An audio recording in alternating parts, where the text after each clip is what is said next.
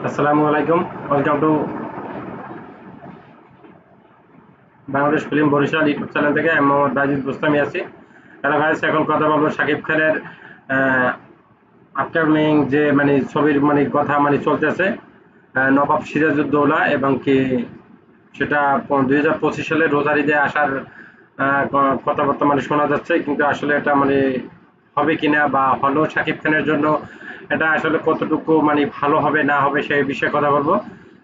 আমার চ্যানেলটা যারা নতুন দেখতেছেন, যারা সাবস্ক্রাইব করেন নাই, তারা আমার চ্যানেলটাকে সাবস্ক্রাইব করবেন, আর যারা সাবস্ক্রাইব করছে তাদেরকে অসংখ্য ধন্যবাদ।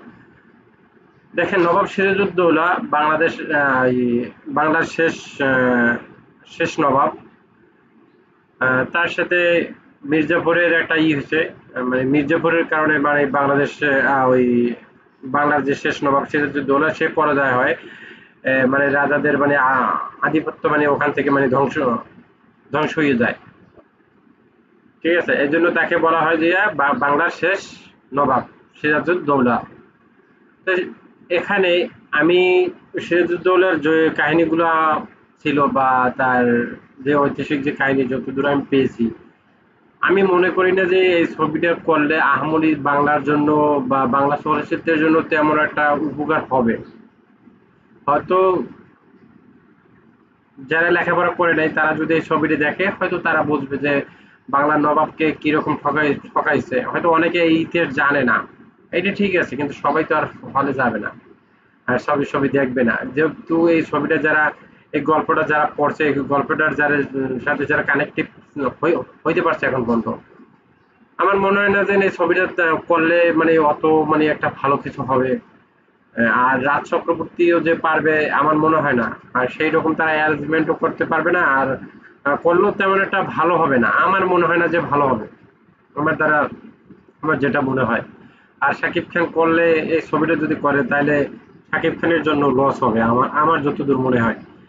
আহ, আবার গিয়ে ভাগ্য ভালো হইলে ভালো হতে পারে, কিন্তু ছবিটা না করাই ভালো, কারণ এই ছবিটার গল্প অনেকেই জানে যে ওই ছবিটার গল্পটা তেমন একটা ইন্টারেস্টিং না, কিন্তু এখানে গোষ্ঠী বেগম, সে তার মির্জাপুর এরা তার সাথে প্রতারণা করছে, যুদ্ধে যাইয়াও তাদের সৈন্যদের মনে করেন যে করাই রাখছে, যুদ্ধ করতে দেয় নাই। কারণ নবাব সিরাজউদ্দৌলা কি করছে, মির্জাপুরকে খুবই বিশ্বাস করতো, এবং কি মির্জাপুর তার আত্মীয় ছিল, কিন্তু সেখানে সে তার উপর সবকিছু দায়িত্ব ছেড়ে দিত। সে যেটা করবে তখন সে মানে সৈন্যরা করবে, ওইটা পুরো করবে, কিন্তু সে কিন্তু সৈন্যদের কখনো যুদ্ধ করতে বলে নাই। তাদের অ্যাটাক করে, তারপর তারা বলতেছে না যে তোমরা অ্যাটাক করো, সে আরো বলছে যে না তোমরা অ্যাটাক করো না। এই ধরনের এইটা এখানে আমি দেখি না যে তেমন একটা ভালো কিছু বই আনবে বাংলা চলচ্চিত্রের জন্য।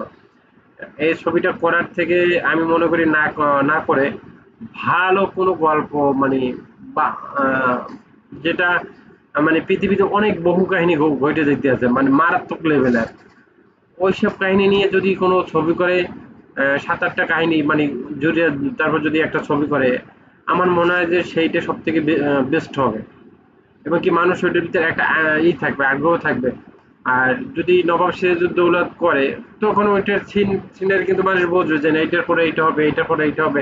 ওই যে পানিপথের যুদ্ধে 1757 সালের, আহ, এই কাহিনী কিন্তু সবাই জানে, ম্যাক্সিমাম ছেলে মেয়ে জানে, ছেলে মেয়ে ও জানে। এখন তো বর্তমানে যারা ছবি দেখে ধরেন 5 থেকে 40 বছর যারা, তারা তো এই কাহিনী জানি, তারা সবাই তো এই কাহিনীটা পড়তেছে না। তা আমি মনে করবো যে এই ছবিটা রাজ চক্রবর্তী করুক আর যে রাফি করুক, আমি যে দুইজনের যেই করুক, আমার মনে হয় না যে এই ছবিটা করলে তেমন একটা ভালো একটা কিছু রেজাল্ট তারা আনতে পারবে। আর শাকিব খানের যদি ওই ছবিটা করে, আমার মনে হয় না যে ওনার জন্য, ওনার ক্যারিয়ারের জন্য ভালো কিছু একটা হবে। এই ছবিটা আমি মনে করি না করাটাই বেটার। ঠিক আছে, কেন এই ছবিতে ওই রকম সরঞ্জাম বা যেটা যা দরকার, আমার মনে হয় না যে পাবে। হয়তো মারামারির সময় হয়তো কি করবে তারা, যেখানে অ্যাকশন সিন গুলো থাকবে, এখানে হয়তো 200-300 লোক দিয়ে দেবে। যাক, সেটা মাইনে নিলাম, 200-300 লোক দেবে।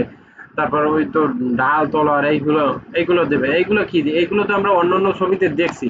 তাই এই ছবিটা আমার মনে হয় না যে এই ছবিটা দেখলে তেমন একটা হয়তো মানুষ একটা পাইবে, আনন্দ পাবে, বা এখান থেকে কোনো কিছু একটা পাবে, আমার মনে হয় না। তাই আমি আমি বলবো যে ছবিটা করার থেকে না করাটা মনে হয় সব থেকে বেস্ট হয়। আজকে 20 তারিখ তো, আজকে বলে গেলাম, আজকে 20 তারিখ না 19 তারিখ, আজকে আমি কথাটা বলে গেলাম, আহ, মে মাসের 19 তারিখে কথাটা বলে গেলাম 2024 সালে। আমার মনে হয় না যে এই ছবিটা করলে কোনো বাংলা ইন্ডাস্ট্রির জন্য কোনো ভালো হবে। হয়তো শাকিব খান করুক বা অন্য কোনো নায়কই করুক, হয়তো অনেকে বলতেছে যে না, এটা করলে ভালো হবে, এটা করলে ভালো হবে, অমুকের কাহিনী। আমার মনে হয় না। তাই আপনাদের কার কাছে কি মতামত সেটা কমেন্ট বক্সে কমেন্ট করে জানাবেন। আহ, আর শাকিব খানের কি আসলে এই ছবিটা করা ঠিক হবে, না কি অন্য একটা ভালো কোনো একটা গল্প নিয়ে করাটা ঠিক হবে? কারণ আমাদের পৃথিবীতে বা আমাদের বাংলাদেশে বলি বা ভারতে বলি, মানে অনেক জায়গায় অনেক মানে মানে দুর্দান্ত লেভেলের কাহিনী ঘটে যায়, যেটা মানে কি আসলে সিনেমা কেউ হার মানায়। ঠিক আছে? মানে এমন এমন কাহিনী, মানে কিছু কিছু কাহিনী ঘটে যায়, মানে ওইসব কাহিনী যদি দেখায়, মানে 7-8টা কাহিনী তুলে ধরিয়া তারপর যদি দেখায়, আমার মনে হয় যে সব থেকে বেস্ট হয়। যেমন যেমনটা জাওয়ানে দেখাইছিল, যেমন একজন কৃষকের তার দেখাইছিল, যেমন একজন মায়ের গল্প দেখাইছিল। ঠিক আছে? এইরকম 6 জন নারীর যে মানে করুণ কাহিনীগুলো থাকে সেগুলো দেখাইছে। যেমন একজন মায়ের বলতে, যেমন আহ, শাহরুখ খানের মা তো শাহরুখ খান ওই ছবিতে, দীপিকা নাকি, আহ, ওনার স্বামীকে মারার পর ওনাকে মনে করেন যে জেলে দেয় ই করে। ঠিক আছে? সে জানে মারা গেছে। ওই তাকে জেলে দেয়, সন্তান প্রসব করে, তারপর যে সন্তান একটু হালকা একটু বড় হয় তখন তাকে ফাঁসি দিয়ে দেয়, মাইরে ফেলাও না।